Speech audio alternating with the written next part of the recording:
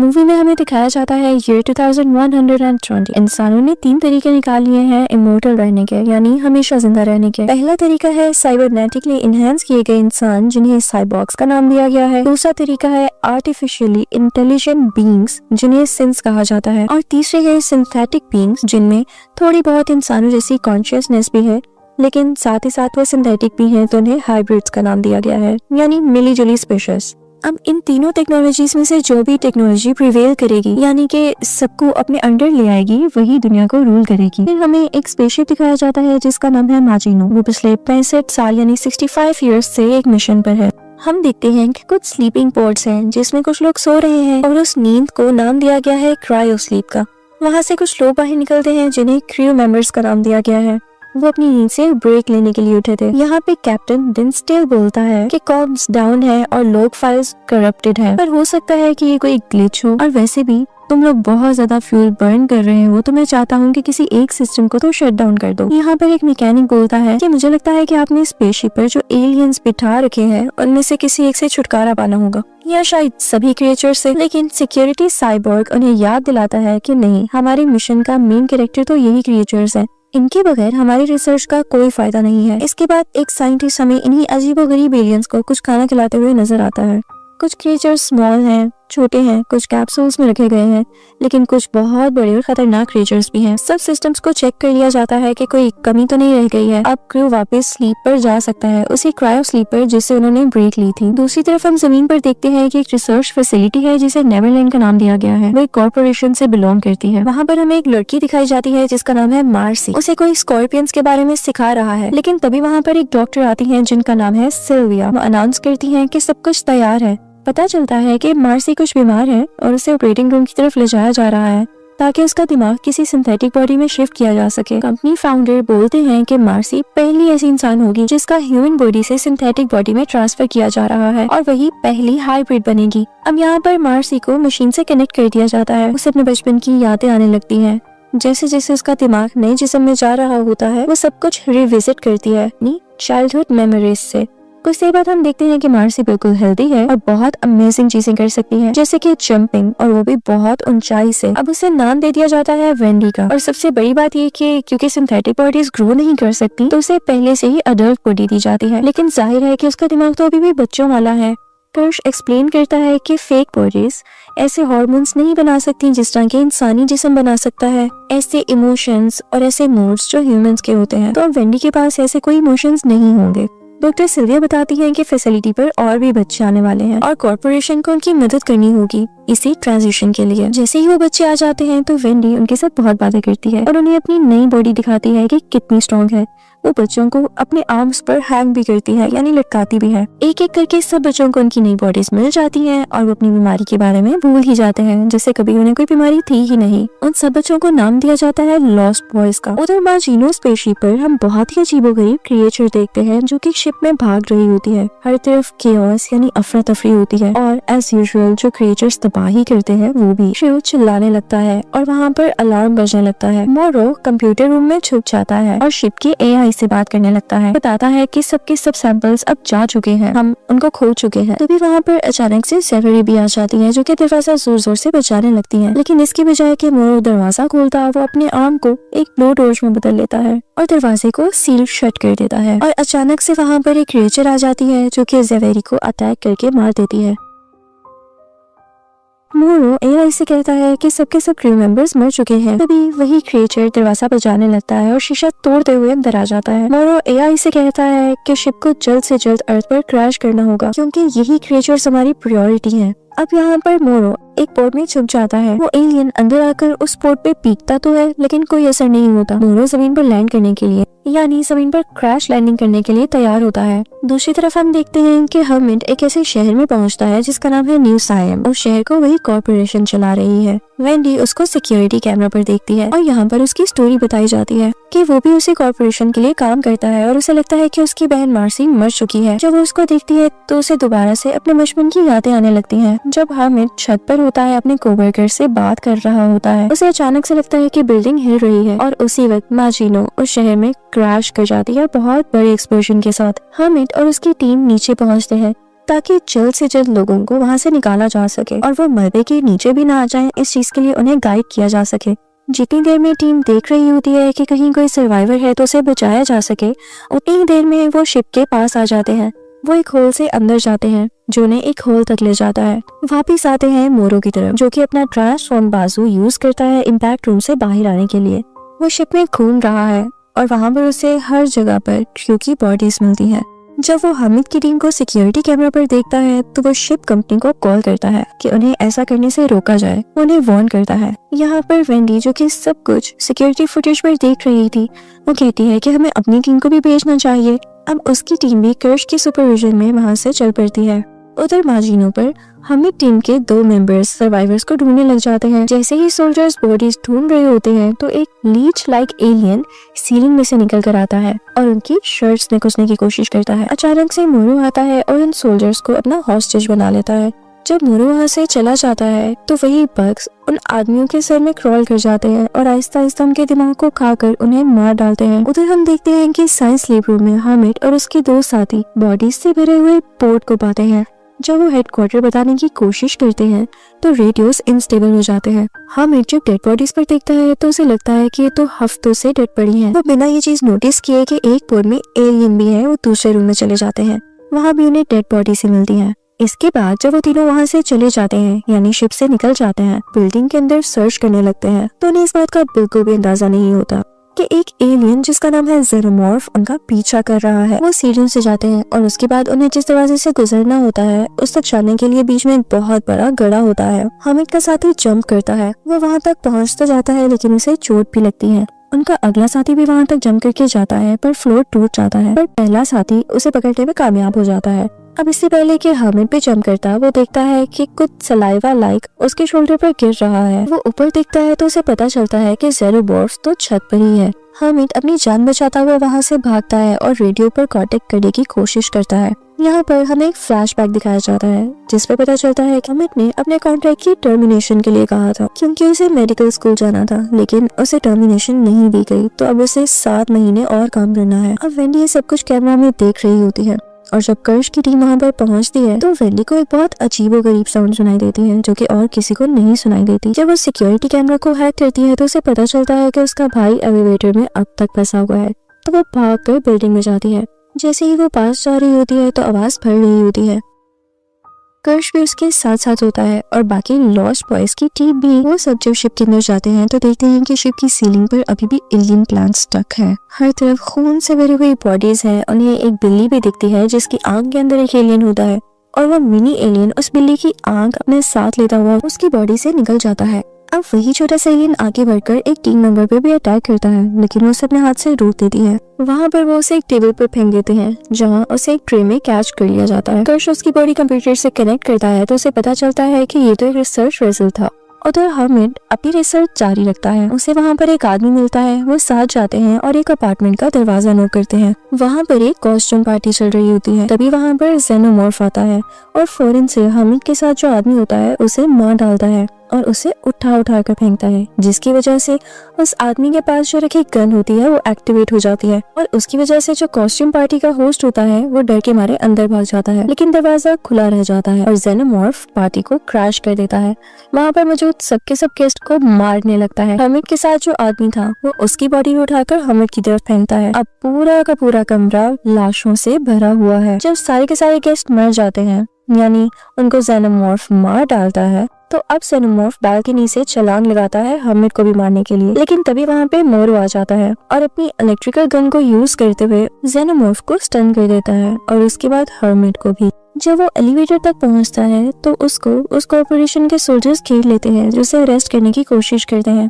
अब इनके आर्ग्यूमेंट की वजह से जेनोमॉर्फ को टाइम मिल जाता है कि वो दोबारा से जाकर उन तक पहुंच सके और उन्हें जान से मार सके। वो मोरो को मारने के लिए तैयार होता है, लेकिन कुछ आवाजें सुनता है और वहाँ से भाग जाता है। कर्श उधर दूसरी तरफ कंप्यूटर फाइल्स पर देख रहा है जहाँ उसे एक फुटेज मिलती है कुछ क्रीपी एग पैचेस की। वो ये बात वेंडी को बताता है।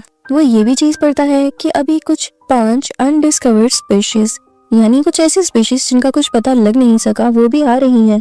कैवलियर उनसे कांटेक्ट करता है और उनसे कहता है कि सबकी सब जिंदा स्पीशीज को वहाँ पर भेजो। जब हामिद जागता है तो वो इर्द गिर्द देखने लगता है। वो काफी एक्सपेंसिव अपार्टमेंट लग रहा होता है। उसे एक ऐसी फुटबॉल भी मिलती है जिस पर साइन हुए होते हैं। उसे अपने बचपन की याद आने लगती है और उस लम्हे उसे वेंडी ढूंढ निकालती है।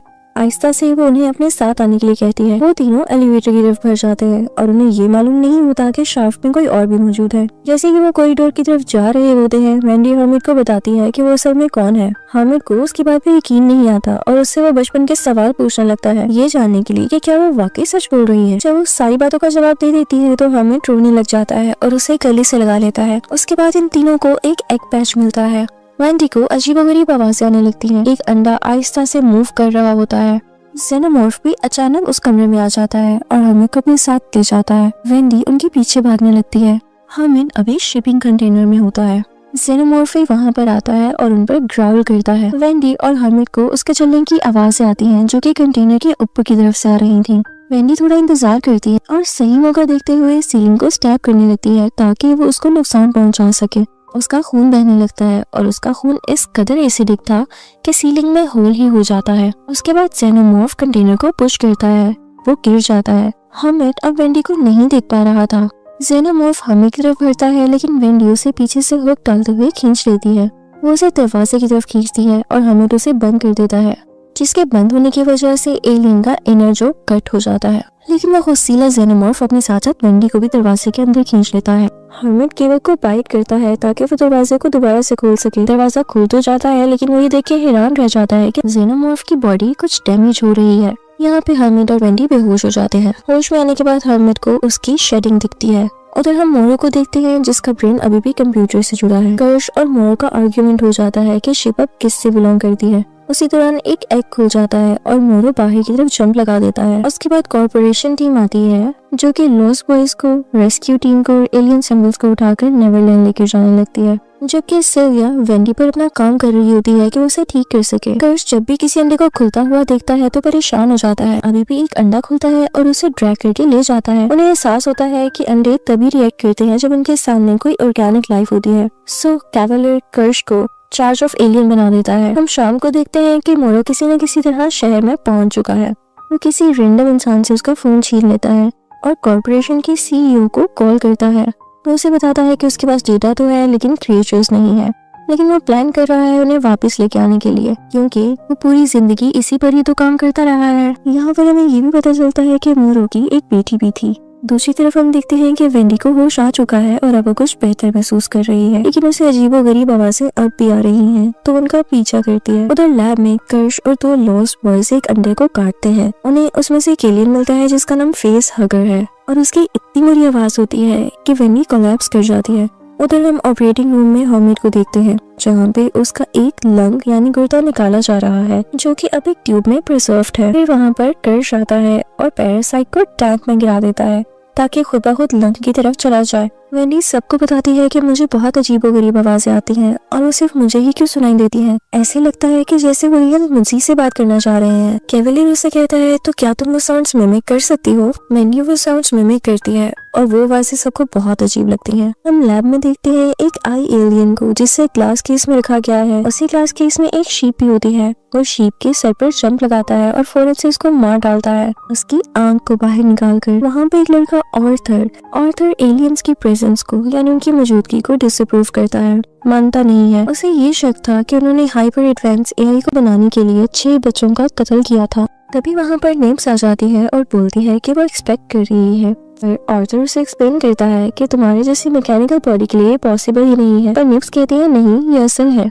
पर सिल्विया उसे समझाती है कि ऐसा पॉसिबल नहीं हो सकता। उधर कैवलियर वेंडी से कहता है कि वो हमें को घर भेज देगा, लेकिन इसके बदले में वेंडी को जेनोमॉर्फ रिसर्च में उनकी हेल्प करनी होगी क्योंकि उन्होंने वेंडी के भाई हर्मिट को यहाँ पे रहने दिया। बाद में हम देखते हैं कि वेंडी लैब में जाती है और उन्हें अजीबोगरीब आवाजों को रिपीट करती है ताकि वो एलियन और हर्मिट के लंग से बात कर सके। तभी अचानक से हर्मिट के लंग में से एक बेबी जेनोमॉर्फ निकल कर आता है, लेकिन वेंडी उसे ठंडा करती है उसी अजीबोगरीब आवाज को निकालकर और उसके बाद उस बेबी जेनोमॉर्फ को पेट करने में कामयाब हो जाती है। कर्श ये सब दूर से देख रहा होता है। तभी वहाँ पे एक फ्लैशबैक आता है जो दिखाता है कि मार्टिनो का क्रू अपने क्रायोट के अंदर जा रहा है। वहाँ हम देखते हैं कि आग भी है और 2 फेस हगर्स वहाँ से एस्केप कर चुके हैं। एक ने कैप्टन डेंस्टेल को मार दिया है और दूसरे ने अपनी बॉडी किसी और के साथ अटैच कर रखी है। मोरो भाग कर जाता है इन्फर्मरी की तरफ और उसे पता चलता है कि रिंसेल वाकई ही मारा गया है, क्योंकि कुछ क्रू मेंबर्स ने जब फेसहगर्स को मारा था तो उनका खून उसी कैप्टन के फेस पर भी गिरा था। ब्रोंकी अभी भी जिंदा है तो वो सब अग्री करते हैं कि उन्हें उसी क्रीचर के साथ क्रायो स्लीप पर भेज देते हैं, लेकिन एट द एंड उनका ये प्लान फेल हो जाता है और वो फेसहगर ब्रोंकी को मार डालता है और फिर पोर्ट को ब्रेक करता हुआ वहाँ से निकल जाता है। मोरो एक आदमी को एक इलेक्ट्रिक स्टन गन देता है। क्रू मेंबर्स में से कुछ लोग भी उठ जाते हैं। उसी दौरान वो लोग नोटिस करते हैं कि एक और एलियन एस्केप कर चुका है। अब वहाँ पर एक क्रू मेंबर की तबीयत उन्हें कुछ ठीक नहीं लगती। जब उसका स्कैन किया जाता है तो पता चलता है कि उसके डाइजेस्टिव ट्रैक्ट में कुछ डार्क स्पॉट्स हैं। उसका बहुत ज्यादा खून निकल रहा होता है और वहाँ मौजूद 2 लोग उसका ऑपरेट करने लगते हैं और जब वो उसका ऑपरेशन कर रहे होते हैं तो उन्हें कुछ फॉरेन बॉडीज नजर आती हैं। उन्हें लगता है कि शायद ये कोई ट्रिक्स है। जब उनको रिमूव कर रहे होते हैं तो एक टिक एक गैस स्प्रे करती है जो कि फौरन वहाँ पर मौजूद 3 लोगों को मार डालती है। बाकी वहाँ से भागने की कोशिश करते हैं लेकिन जो एलियन बग्स होते हैं वो उसकी बॉडी से निकल आते हैं। वहाँ पर एक और जेनोमॉर्फ अटैक करने के लिए आ जाता है। अब मोरो इन सब चीजों से बहुत तंग आ चुका था। वो शिप की कमांड ले लेता है, सबको ऑर्डर देता है कि जितना जल्दी हो सके हमें अर्थ पर पहुंचना होगा। इसके बाद मोरो कॉरिडोर की तरफ जाता है लेकिन उसे कोई रोक लेता है जो उसके ऊपर फायर भी चलाता है। इसी फायर के दौरान एक और आदमी हर्ट हो जाता है। मोरो उसे घसीटता हुआ लैब में ले आता है और उसे छुपा देता है। अनफॉर्चुनेटली वही आदमी जिसने मोरो का कॉरिडोर में रास्ता रोका होता है वो वहाँ पर आ जाता है और उस आदमी को जिसको मोरो ने छुपाया था उसको सर में गोली मार देता है। मोरो भी वापस उस पर गोली चलाता है लेकिन वो दूसरे दरवाजे से भाग जाता है, लेकिन मोरो भी आकर उसे ब्लेड से मार डालता है। लेकिन दरवाजा खुले रह जाने की वजह से आई एलियन भी लैब से बाहर निकल आता है। उस तरफ हम मेडिकल बे का सीन देखते हैं जहाँ पर जेनोमॉर्फ आकर ज़वेरी के पीछे आता है और उसकी टांगों पर अपनी टेल मारता है ताकि वो गिर जाए। ज़वेरी फौरन से भाग जाती है और दरवाजा बंद कर लेती है, लेकिन जेनोमॉर्फ दरवाजा खोलता है और उसका पीछा करने लगता है। दूसरे रूम में ज़वेरी को एक ब्लू टॉर्च मिलती है जिससे वो दरवाजे को सील कर देती है। मोरो भी खुद को कंप्यूटर रूम में छुपा लेता है और बाहर जेनोमॉर्फ से जो भी फाइट कर रहा होता है वो उसे अपनी टेल से इतनी बार मारता है कि उसकी बॉडी यूजलेस हो जाती है और उसकी बॉडी से आई एलियन बाहर आकर जेनोमॉर्फ के फेस पर चढ़ जाता है और यहाँ पर ज़वेरी को भी मौका मिल जाता है भागने के लिए। लेकिन जब वो मोरो से मदद मांगती है तो वो दरवाजा सील कर देता है एक ब्लू टॉर्च के साथ। उसे कोई फर्क नहीं पड़ता कि बेशक जेनोमॉर्फ के अटैक से ज़वेरी मर ही जाए। कुछ ही देर में अर्थ पर शिप क्रैश हो जाती है और चंद ही दिनों बाद मोरो उसी कॉर्पोरेशन से मिलता है और उनसे वादा करता है कि वो एलियन सैंपल्स को वापस लेकर आएगा। वो ये भी प्लान करता है कि वो कैवलियर को मार डालेगा। हमें दिखाया जाता है कि बेबी जेनोमॉर्फ को लॉक किया गया है, लेकिन वेंडी उससे बात करने के लिए उसे विजिट करती रहती है और हमेट अपनी बहन के लिए परेशान है। हमेट उसे कहता है कि हमें यहाँ से निकल जाना चाहिए, पर वेंडी अभी भी यहाँ पर रहकर कुछ रिसर्च करना चाहती है। दूसरी तरफ हम निप्स को देखते हैं जो कि अपना टेस्ट करवा रही होती है क्योंकि उसे लगता था कि जैसे वो एक्सपेक्ट कर रही है। साइंटिस्ट कुछ समझ नहीं पाते तो एक लड़का कहता है कि उसका माइंड वाइप कर दो। आर्थर एक बहुत काइंड साइंटिस्ट होता है, वो मना कर देता है, लेकिन डॉक्टर सिल्विया एग्री कर लेती है और आर्थर को निकाल दिया जाता है। उधर हम देखते हैं कि वो कॉर्पोरेशन और कैवलियर एलियन क्रैश के लिए एक दूसरे को ब्लेम कर रहे होते हैं। निप्स की मेमोरी वाइप होने के बाद वेंडी सिल्विया से कन्फ्रंट करती है। वो उससे कहती है कि प्रॉब्लम्स एलियन नहीं बल्कि तुम हो। उसी वक्त लैब में एक एक्सीडेंट होता है जब एक आदमी गलती से एक एलियन से खोल देता है और एलियन उस पर एसिड फेंककर उसे मार डालता है। अब उधर आर्थर और एक और आदमी लैब में जाते हैं, लेकिन वो आदमी आर्थर को धोखा दे देता है और उसे एलियन के साथ लॉक कर देता है। थोड़ी देर बाद एलियंस वहाँ से एस्केप कर जाते हैं और साइंटिस्ट को मारना शुरू कर देते हैं। यहाँ पर वेंडी हैकिंग से जेनोमॉर्फ को फ्री कर देती है ताकि वो उनकी मदद करे। हर्मिट आर्थर की मदद से उनके ट्रैकर्स बंद कर देता है और फिर तीनों यानी वेंडी, हर्मिट और निप्स जंगल की तरफ भाग जाते हैं। जंगल में उनको कुछ ग्रेव्स मिलती हैं असली बच्चों की जिनके माइंड्स इन हाइब्रिड्स में ढाले गए थे। वहाँ सोल्जर्स भी आ जाते हैं, लेकिन वेंडी जेनोमॉर्फ को बुला लेती है जो सबको मार डालता है। जब वो डॉग्स तक पहुँचते हैं सोल्जर्स उनका इंतजार कर रहे होते हैं। एक सोल्जर निप्स का टॉय पानी में फेंक देता है तो निप्स उस पर अटैक कर उसका जो तोड़ डालती है। यहाँ पर फाइटिंग होने लग जाती है। वेंडी और निप्स दोनों अपनी रोबोटिक स्ट्रेंथ से सोल्जर्स को गिरा देती हैं, लेकिन एंड में हर्मिट चोट देख के निप्स को रोक लेता है और सब पकड़े जाते हैं। इस दौरान हम देखते हैं कि जेनोमॉर्फ पूरे आइलैंड पर इंसानों को मार रहा होता है और वेंडी फैसिलिटी के सिस्टम को हैक करके सिल्विया को उनके क्राइम्स दिखाती है और सेल्फ डिस्ट्रक्ट अलार्म एक्टिवेट कर देती है। वहाँ मोरो और कर्श के दरमियान लड़ाई होती है। मोरो मरने ही वाला होता है और इसी दौरान सब कंट्रोल से बाहर भी होने लगता है। एडम हर्मिट को ट्रिक करता है और एक एलियन उस पर अटैक करता है, लेकिन वेंडी उसे बचा लेती है। वो उसकी बॉडी को रोबोटिक तरीके से फ्रीज कर देती है कुछ हैकिंग करके। अब फाइनली यहाँ पर आखिरी सीन आ जाता है जिसमें कैवलियर एस्केप करने की कोशिश करता है और $1 मिलियन रिवॉर्ड ऑफर करता है। यहाँ वेंडी भी जेनोमॉर्फ को बुला लेती है जो सब गार्ड्स को मार डालता है। अब हर्मिट कैवलियर को बेहोश कर देता है और वेंडी सब कर्व साइंटिस्ट जिनमें सिल्विया, एडम, मोरो, कर्श और कैवलियर हैं उनको एक सेल में बंद कर देती है और यहाँ पर बोलती है कि अब इंसान नहीं, हम हाइब्रिड्स और एलियंस रूल करेंगे। इसी के साथ सीन यहाँ पर क्लोज हो जाता है। Thank you for watching.